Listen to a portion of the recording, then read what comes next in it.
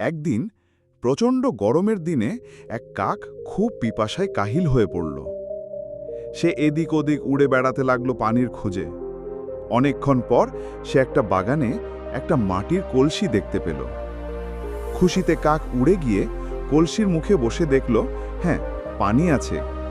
কিন্তু সমস্যা হলো, পানি ছিল একেবারে নিচে, তার ঠোঁট তো কিছুতেই পৌঁছায় না। সে প্রথমে চেষ্টা করল ঠোঁট ঢুকিয়ে পানি পান করতে, ব্যর্থ হলো। তারপর কলসিকে উল্টে দেওয়ার চেষ্টা করল, সেটাও পারল না। তখন সে একটু চুপ করে চারপাশটা দেখল। বুদ্ধির বাতি জ্বলে উঠল। কাক ভাবল, পানির উচ্চতা বাড়াতে হবে, তাহলেই আমি খেতে পারব। সে আশেপাশে ছড়িয়ে থাকা ছোট ছোট পাথর কুড়িয়ে আনতে লাগলো। একটা করে পাথর সে কলসিতে ফেলে দিতে লাগলো। একটু একটু করে পানির স্তর উপরে উঠতে লাগলো। শেষ পর্যন্ত পানি ঠোঁটের নাগালে এলো।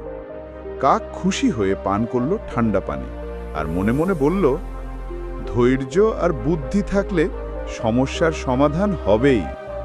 শিক্ষা: সমস্যা আসতেই পারে, কিন্তু ঠান্ডা মাথায় চিন্তা করলে পথ ঠিকই পাওয়া যায়। কাক যেমন দেখালো বুদ্ধি, তেমনি আমরাও পারি সমস্যাকে জয় করতে। বন্ধুরা, আরও মজার মজার গল্প পেতে সবাই ফ্যান্টাস্টিক ফ্যাক্টরি চ্যানেলটি সাবস্ক্রাইব করে পাশে থাকবেন।